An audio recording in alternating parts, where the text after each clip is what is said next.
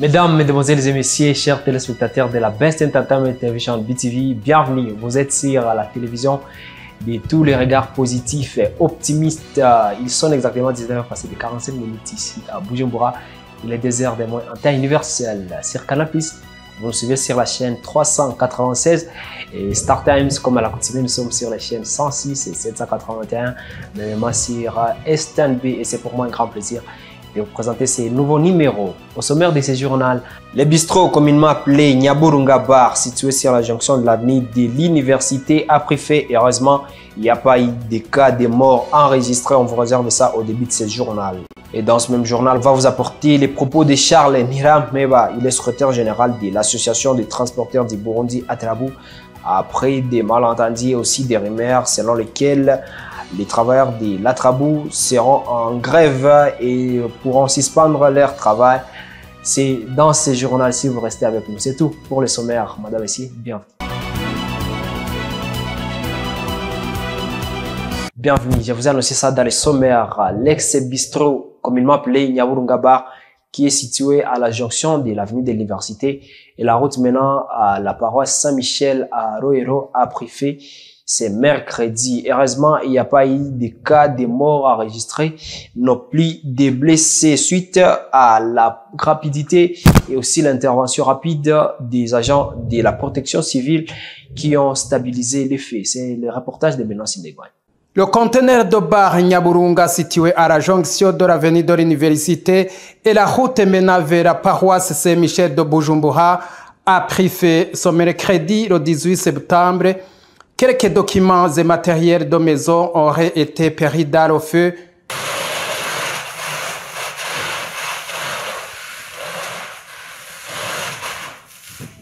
Abel Bukuru, le veilleur de ce bar, nous a parlé de l'originalité de cet incendie.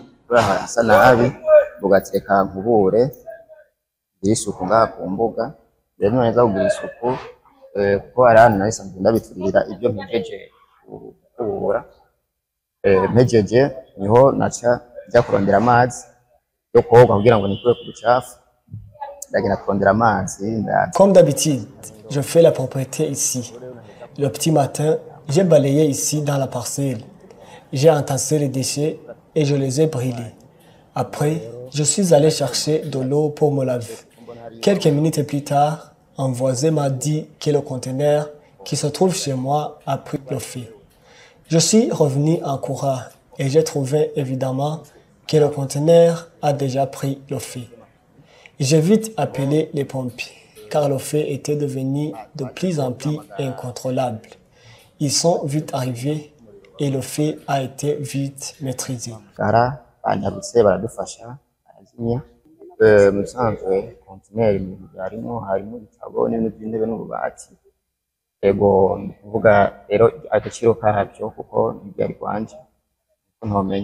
Vous saurez que même si cet incendie était venu à grande vitesse, les agents de la protection civile de Bujumbura ont vite maîtrisé la situation avant que les dégâts ne soient énormes. Sur le podium de l'éducation, au moment où la rentrée scolaire pour l'année 2024-2025 n'est encore qu'à sa genèse, il y a déjà des lacunes, surtout dans des écoles à régime d'internat.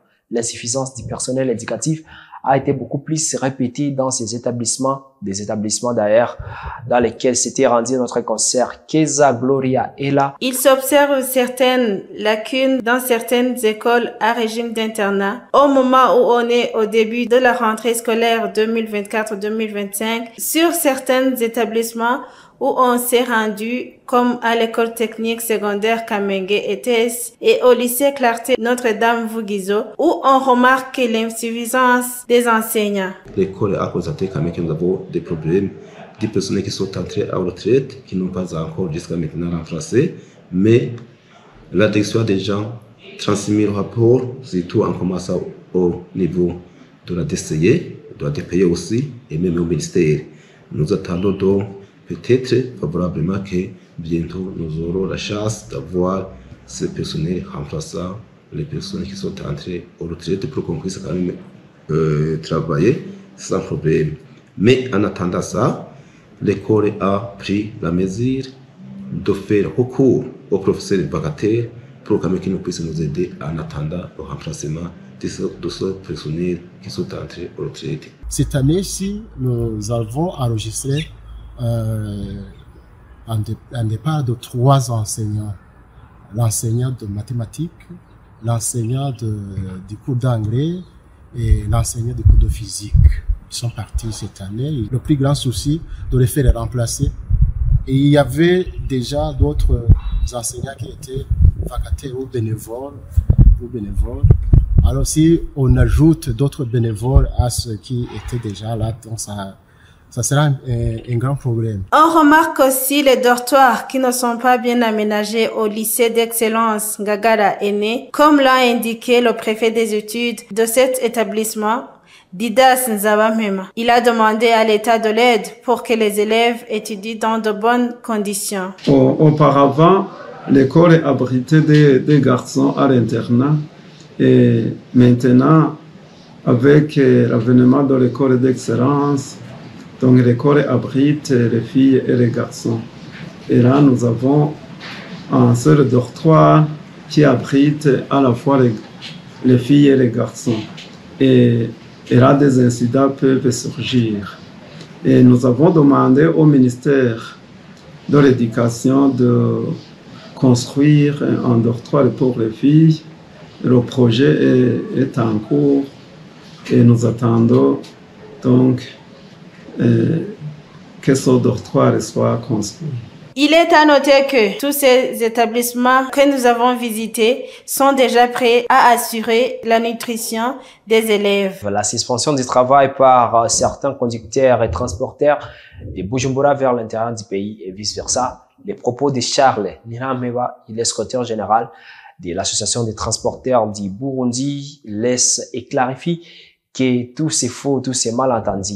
De son côté, il appelle le ministère ayant en charge des transports dans ses charges de revoir la structure des fixations des prix. C'est là pour faciliter la tâche à tous ces transporteurs. C'est le reportage de notre confrère Alain Loris Ndongozi. Après que le ministère est en charge du transport a décidé que désormais tout transporteur doit respecter les prix fixés par le gouvernement du Burundi, quelques-uns de ces transporteurs, surtout ceux exerçant leur travail de la mairie de Bujumbura vers l'intérieur du pays ou vice-versa, avaient suspendu leur travail. Ceux qui avaient pensé que c'était synonyme de la grève ont tort, comme l'explique Charles Nirameo, secrétaire général de la TRAB. Ça a été un malentendu, une mauvaise interprétation de la situation, puisque ça faisait longtemps que les bus des agences qui utilisent le carburant de type mazout ne reçoivent pas du carburant sur les stations-service. Donc, nombreux parmi eux ont été obligés de s'approvisionner en Tanzanie. Et en Tanzanie, le prix de carburant par litre est évalué à 9 000 francs. Donc vous comprendrez que c'est plus que le double d'ici.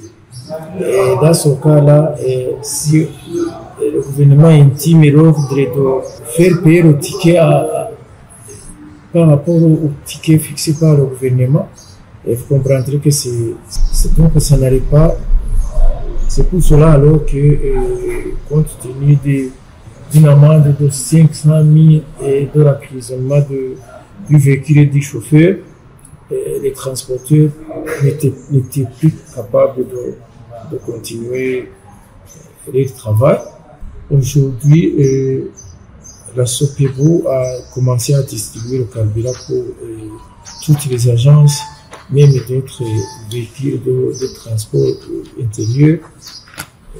Pour le moment, je peux dire qu'il n'y a pas de problème à rapport à ça. Je dénonce cette malentendu qui disait que les transporteurs sont en grève, mais nous n'avons pas été en grève. C'était juste une situation de carburant qui nous empêchait de continuer notre travail.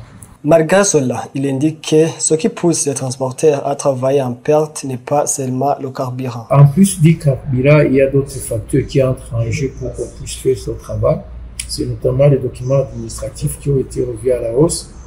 C'est notamment les pièces de rechange, les pneumatiques et les lubrifiants qui ont été aussi flambés sur le marché local. Donc cela veut dire que les transporteurs demandent à ce que ces produits soient irréguliers ou bien subventionnés, ou bien si c'est le cas, le ticket soit fixé par rapport à tous ces facteurs que je viens de vous énumérer. Vous saurez qu'une amende de 500 000 francs burundais sera payée pour tout transporteur qui ne respectera pas les prix fixés par le gouvernement. Et toujours avec vous, notre confrère Alain Loris Ndongozi, cette fois-ci sur le podium de l'environnement. Le monde entier fait face à des catastrophes naturelles. Et le Burundi, qui s'apprête à entrer dans sa saison des pluies, doit craindre le pire si ces catastrophes ne sont pas prévenues à temps, tout en tenant compte de ce qui a frappé les pays durant le mois d'avril et aussi de mai, où les eaux des pluies de plusieurs rivières ont débordé et ils ont causé du mal et beaucoup de dégâts, tant matériels qu'humains. Dans tous les 4 coins du monde, les inondations sont au cours de l'actualité à cause de leurs conséquences dans les pertes de vies humaines, les blessés, les déplacés, mais aussi d'énormes destructions matérielles.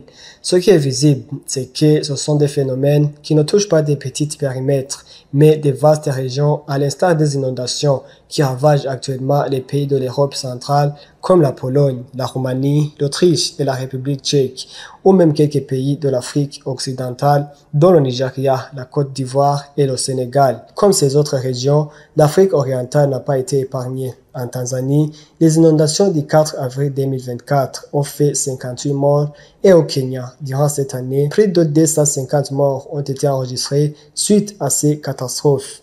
La Somalie, la République démocratique du Congo ainsi que l'Éthiopie ont aussi été touchés.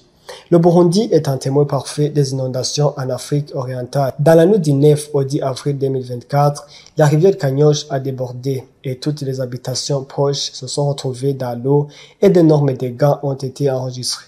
La rivière Rusizi est aussi à l'origine de plusieurs dégâts, surtout à Gatumba.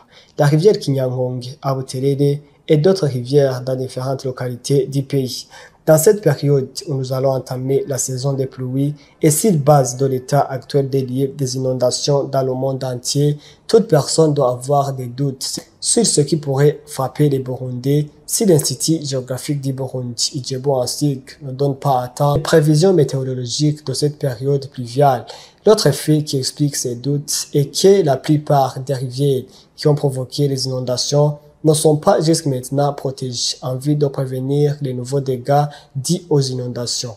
Ces genres de catastrophes sont susceptibles de freiner la vision du Burundi, pays émergent en 2040, pays développé en 2060, selon l'expert en environnement Dr Athanase Nkurunziza dans un article du journal Iwacu du 18 avril 2024. Je cite: « Aucun projet ne peut être durable sans préparation et incorporer la prévention des risques. » Ici, je fais allusion à certains secteurs sensibles comme l'agriculture, l'élevage, l'énergie, les infrastructures et la santé. Fin de citation. Sortons un peu du Burundi et parlons de l'actualité internationale avec notre concert Irambona Brenda Kelidebol.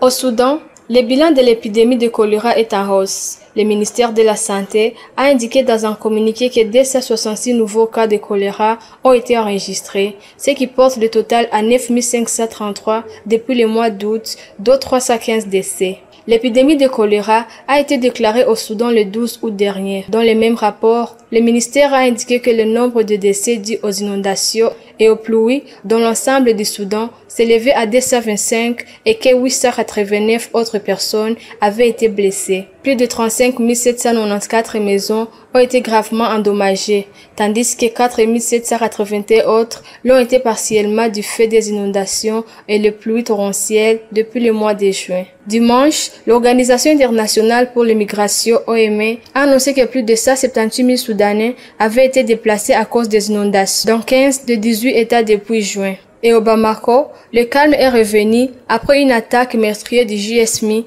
qui a visé le corps de gendarmerie à Faladier et une base de l'armée de l'air malienne près de l'aéroport Modibo Keïta Sénou. Les terroristes affiliés à Al-Qaïda ont revendiqué l'attaque menée à Bamako en diffusant des images montrant des pièces filmées se levant de l'aéroport international Modibo Keïta Sénou ainsi que du hangar abritant l'avion présidentiel.